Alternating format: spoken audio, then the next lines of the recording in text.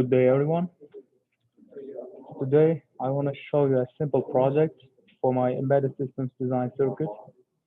So it's about automobile alarm system. Here is I use ATM128 circuit. So I use this port D as an input and port B as an output.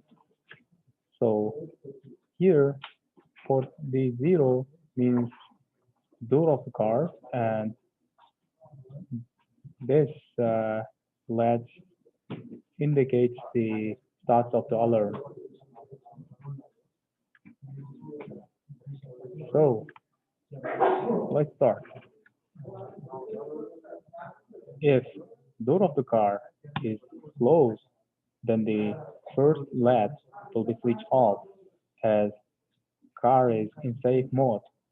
If I release the input, that means door of the car is open, then the latch is switched on as car is unsafe. So it's the first stage of the project.